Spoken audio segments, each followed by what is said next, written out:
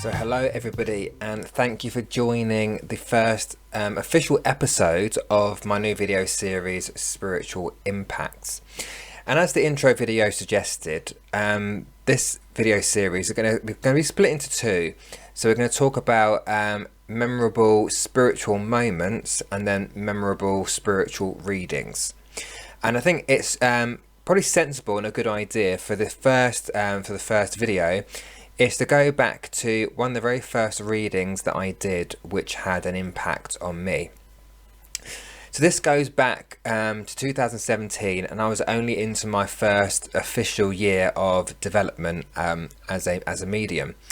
And one of the lovely ladies I used to work with, she allowed me to use her as a guinea pig whilst I was still practicing.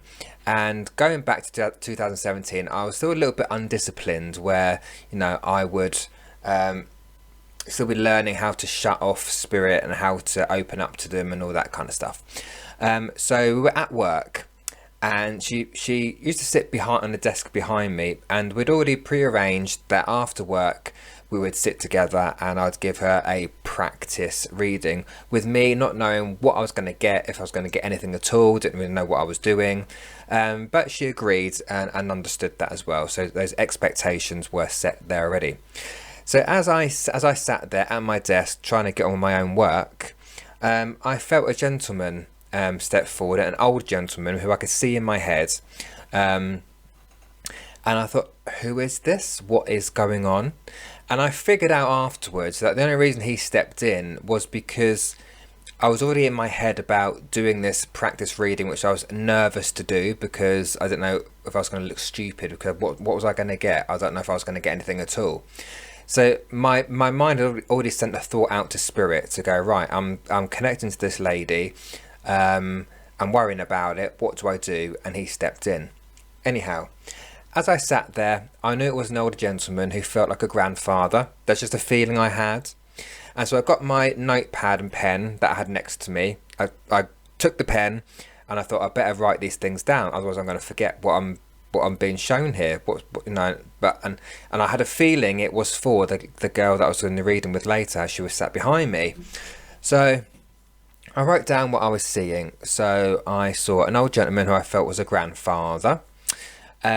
He made me aware of issues in my chest, because I felt that he had breathing issues, couldn't breathe properly. And look, I know we all fail to breathe towards the end of our life, right? That might sound quite obvious, but I felt there was an issue with the lungs, like something like not OCD. What's it?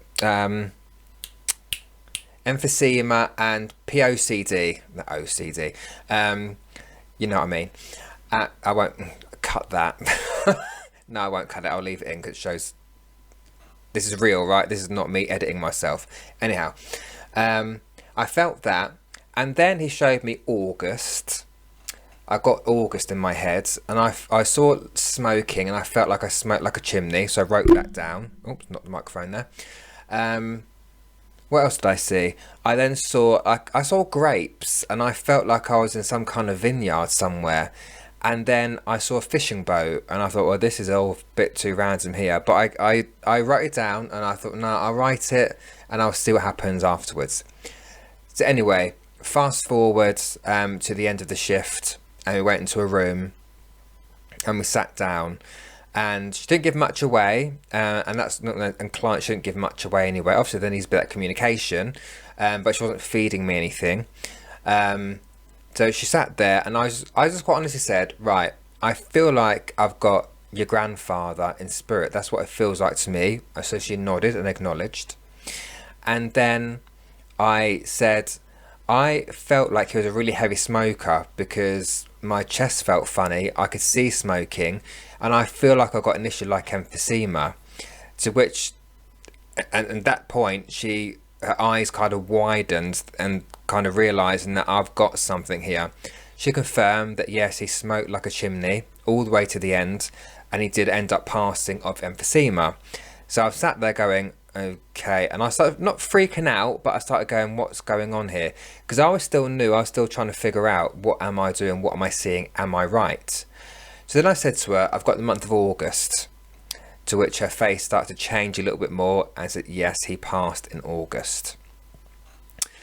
And then I said, I saw something really odd. I saw things like a grape that I felt like it was a vineyard, and then I was shown a fishing boat. Do you know what that is? To which, to her surprise, and also to my surprise, because I didn't know I was going to get anything right, she said yes. Said when it came to his retirement,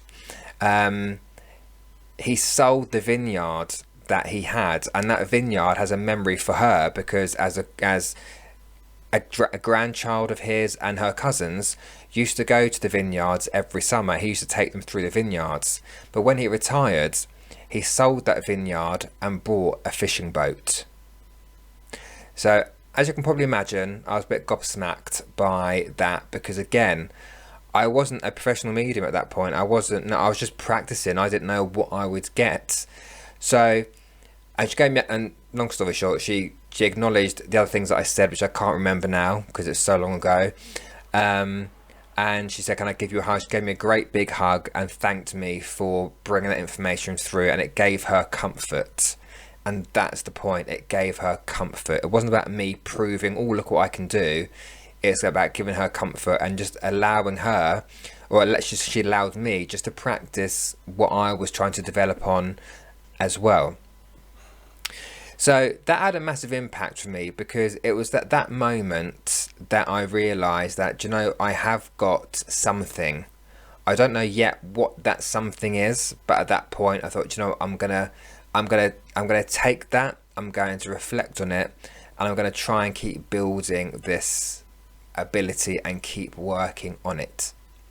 Now, you might say that, you know, some of the things that I got through, like, it might seem quite mundane, but when you look at it, those are specifics. Those are specific things related to her grandfather. And look, yes, we all die of certain conditions, right? There's only a certain amount of conditions we can die from.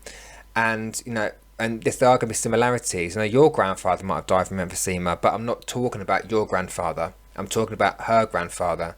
And that's exactly what he passed from. So it's those little bits of evidence that we need, and obviously back then they're just little like tidbits there that I got. Now, I wasn't in the full flow of doing a reading like I would be now. They were just little bits that was dropping into my head. So what's the lesson here for you?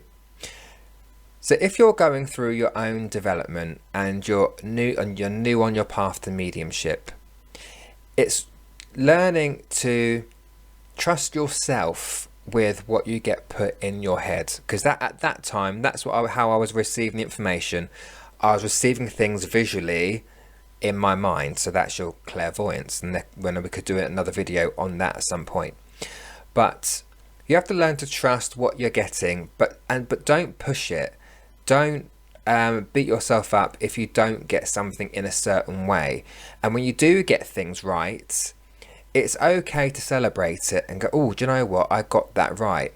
There's so many things out there in the spiritual world where there's a slight everyone mentions the ego, and agreed, I'm not a fan of egoic mediums, and they do exist. Like, look at me, I'm so special.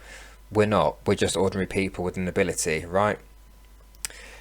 And because the ego is talked about so much, we're sometimes afraid to celebrate the evidence that we get, and we're afraid to say, look how great that reading was. Do you know what? Sometimes we have to say that, because that helps us to reflect on what we do. Because in mediumship, look, we beat ourselves up a lot, right? We're our own worst critics. There's no one harsher on ourselves than us. So we have to reflect on those readings and go, do you know what, that's fabulous. And I always go back to that reading, because again, it was the start of something.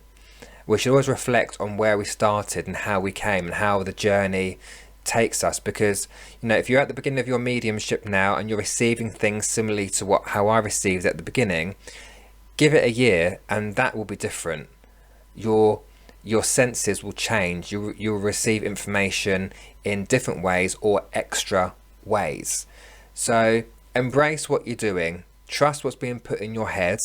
Don't beat yourself up if you don't get something completely right, even if it's just you might get a grape in your head, Again, that's where we start. We start off with those small things and we build up to it eventually with the more experience that we have. So now if you get those little things put in your head, they're there for a reason. So accept them, acknowledge them, and we take them, and they will grow eventually into bigger pieces of evidence. But there's always a starting point. All right.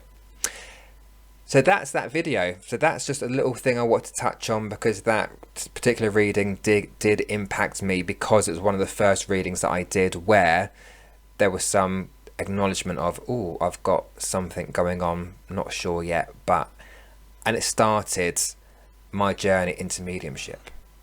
So I hope that helped you. I hope that, if you are going on your own spiritual journey, this has given you something to think about in a positive way. So I'm going to leave it there. That's all I've got to talk about with that particular episode. Yeah, let me know if you like the video by clicking the like on the video, and there'll be more similar videos coming up very soon. So see you soon.